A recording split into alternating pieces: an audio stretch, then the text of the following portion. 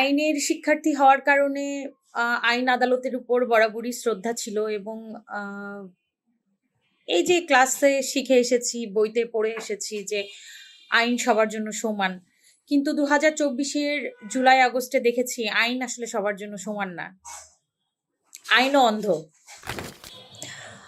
2024-এর July August নিয়ে আমার অনেক স্মৃতি আছে। তার মধ্যে কয়েকটা স্মৃতি আমি স্মৃতি কথা আমি শেয়ার করি। সেটা হচ্ছে 22শে জুলাই। তখন তো কারফিউ, সারা দেশে কারফিউ, ঢাকা শহরে কারফিউ। আমি তখন থাকি মোহাম্মদপুর সেকেরটেক 4 নম্বর রোডে।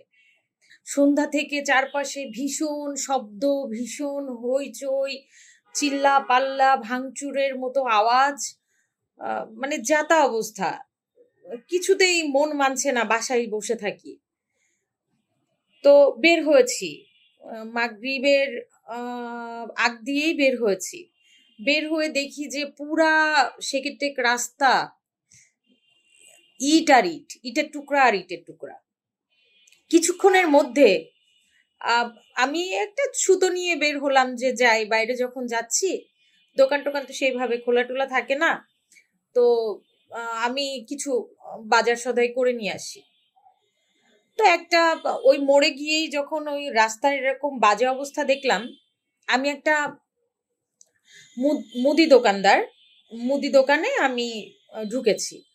ঢোকার পরে এই শুরু হলো বৈষম্য বিরোধী, মানে তখন তো শুধু বৈষম্য বিরোধী ছাত্ররা না, তখন পুরা জনতার নেমে এসেছে রাস্তায়, সাধারণ মানুষ, সাধারণ ছেলে পেলে, স্টুডেন্ট, এলাকার ছেলেপেলেরা সবাই মিলে ইট পাটকেল ছোড়াছুড়ি। ওই দিক থেকে হেলমেট পরা ছাত্রলীগ, হকি স্টিক হাতে, তাদের সংখ্যাই মূলত বেশি, ছাত্রলীগের সংখ্যাই বেশি।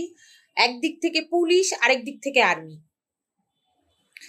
ভীষণ ধাওয়া পাল্টা ধাওয়া হলো। আমরা আশ্রয় নিলাম দোকানটার মধ্যে, দোকানের ঝাঁপি ফেলে দিল। বেশ অনেকক্ষণ পর যখন এই পাল্টা ধাওয়া থামলো, আস্তে করে আমি কিছু বাজার সদাই নিয়ে কোনো মতে বাসায় উঠেছি আর কি। বাসায় যখন উঠি তার 5-10 মিনিটের মধ্যে দেখি যে কয়েকটা বাইক আমাদের রাস্তা দিয়ে ঢুকছে। প্রত্যেকটা বাইকে 3 জন করে মানুষ, হেলমেট পরা, এবং প্রত্যেকের হাতে হকি স্টিক, প্রত্যেকের হাতে হকি স্টিক, কারো হাতে রড। তো গলিতে যাকে পাচ্ছে তাকেই আঘাত করছে, আর সবাই প্রাণের ভয়ে দৌড়াচ্ছে, আঘাতের ভয়ে দৌড়াচ্ছে, গেটের মধ্যে যাচ্ছে, এখানে বসছে, ওখানে, মানে হইচই একটা অবস্থা।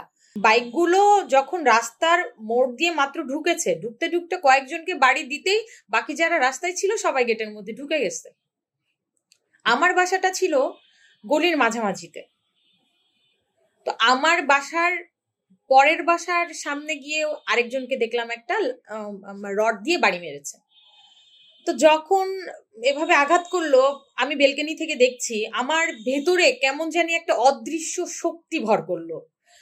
আমি এত জোরে চিল্লাই উঠলাম, আর তারা অশ্রাব্য ভাষায় গালিগালাজ করছে সবাইকে, অশ্রাব্য ভাষায়, যে গালিগালাজ গুলো এখন আওয়ামী লীগ এই যে জুলাইকে দেয়, ঠিক আছে, এই গালিগালাজ গুলো সবাইকে দিচ্ছে। তো ভীষণ অশ্রাব্য ভাষায় গালিগালাজ করছে। তো আমি উপর থেকে খুব জোরে চিল্লাই বলছি যে এই অমানুষের বাচ্চা, এদেরকে ধর, মানে ধর ধর বলে এইভাবে 3বার চিল্লাই উঠছি। অবিশ্বাস্য একটা ব্যাপার যে আমি ধর ধর ধর 3বার শেষ করার পর ওই গলিতে যে ওয়াশরুমে ছিল, যে কিচেনে ছিল, যে বারান্দায় ছিল, প্রত্যেক জায়গা থেকে আওয়াজ চলে আসছে যে ধর ধর ধর। যখন এত জোরে চারদিক থেকে ধর ধর আওয়াজ, বাইকগুলা কেউ দাঁড়ালো না, বাইকগুলা ঘুরায় আস্তে করে ওখান থেকে বের হয়ে গেল। এই একটা বিষয় আমাকে খুব নতুন করে আমার ভেতরে দ্রোহ জাগ্রত করে ওই দিন, 22শে জুলাইয়ের কথা বলছি। তারপর থেকে আমি প্রতিদিনই চেষ্টা করতাম বাইরে আসার, এবং আমার ছোট ভাই, ওকে আমি একটা মেসেজ করতাম। আমার টেবিলে যে আমার আইনের বইগুলো রাখা আছে, তার বইয়ের মাঝখানে আমি একটা পার্স রেখে বের হইতাম। আমার ওই পার্সের ভিতর আমার ব্যাংকের কার্ড থাকতো। ব্যাংকের আমার ওই কার্ডের পাসওয়ার্ড আমার ছোট ভাই জানতো। তো আমি প্রতিদিন আমার ভাইকে বলতাম যে আমি যদি আহত হই তাহলে পাসওয়ার্ড তো তুই জানিস, ব্যাংক থেকে প্রয়োজনীয় অর্থ যা লাগে তা তুলে আমাকে চিকিৎসা করাস, হয়তো আমাকে ঢাকা মেডিকেলে পাবি। আর যদি আমাকে খুঁজে না পাস তাহলে আমার কাছের দু একজন লেখক কবি বন্ধু ছিল, তাদের কথা বলেছিলাম যে এদের কাছে আমার খোঁজ করবি, হয়তো পাবি। আর যদি নিহত হই তাহলে বাবা মাকে তুই দেখিস। তো এরকম অনেকদিন হয়েছে, ও কান্নাকাটি করছে যে ও আমাকে কতু বলে ডাকে, যে কতু সবাই তো যাচ্ছে, তোর কেন যেতে হবে। তা আমি বললাম যে তুইও যাচ্ছিস না। ও তখন যশোরে, ঢাকার মতন এভাবে আন্দোলনটা হয়নি। তো তুইও যাচ্ছিস না, আমিও যদি না যাই, এভাবে যদি সবাই জানের ভয়ে থাকে তাহলে শুধু ছোট ভাইগুলোই মারা যাবে, এটা হতে পারে না। এই একটা আমার কাছে সব স্মৃতির মধ্যে একটা অন্যরকম স্মৃতি। তারপর তো ৫ আগস্টের স্মৃতির কথা নাইবা বললাম, ওই দিন তো আসলে বেঁচে গেছি।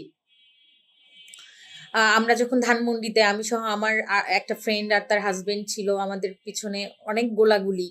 আমরা রিক্সায় ছিলাম, রিক্সা থেকে নেমে হেঁটে, হাঁটার পরে আবার রিক্সা, তারপরে একটা পর্যায়ে রিক্সা আর যেতে দেয় না, বা যাওয়া যাবে না, কেউ বাধা দিচ্ছে না আর কি, কিন্তু সবাই জানে যে সামনে থেকে যাওয়া যাবে না, পুলিশ আর্মি ওখানে বাধা দিচ্ছে। আমরা হেঁটে হেঁটে শাহবাগে পৌঁছালাম।